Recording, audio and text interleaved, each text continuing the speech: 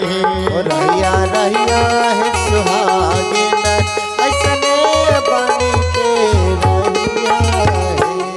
तो दूध से दही और दही से माखन घृता नाम धरैया हे। दूध से दही दही से माखन घृता नाम धरैया है। दूध से दही दही से माखन घृता नाम धरैया हे। दूध से दही दही से माखन घृता नाम धरैया है।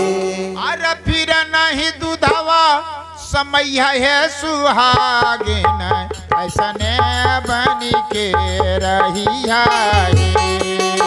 फिर नहीं दूधवा समैया सुहागिन ऐसने बन के रहिया है।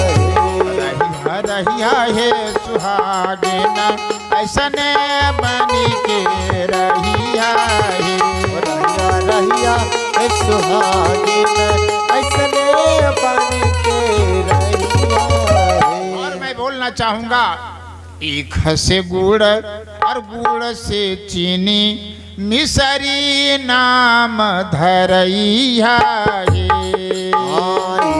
से गुड़ गुड़ से चीनी मिसरी नाम धरैया है।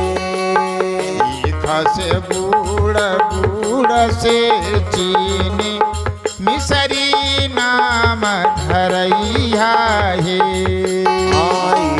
से गुड़ गुड़ से चीनी मिसरी नाम धरैया है। अरे फिर नहीं इखवा समय है सुहागिन ऐसने बनी के रहिया हे।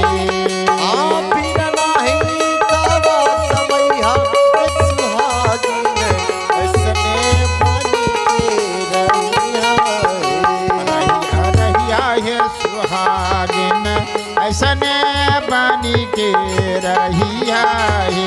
रहिया रहिया है सुहागिन ऐसने बन के रहिया है। प्रेम से बोलिए सतगुरुदेव स्वामी की जय। फाटल पीताम्बर तो पीताम्बर ही होता है मेरे सज्जनों। मैं आपसे कहना चाहूंगा बांग से रुई और रुई से धागा मखमल नाम धरैया हे। बांग से रुई रुई से धागा मखमल नाम धरैया है। बांग से रुई रुई से धागा मखमल नाम धरैया हे। बांग से रुई रुई से धागा मखमल नाम धरैया है। अरे फिर नहीं बंगवा समय है सुहागिन ऐसने बनी के रहिया हे।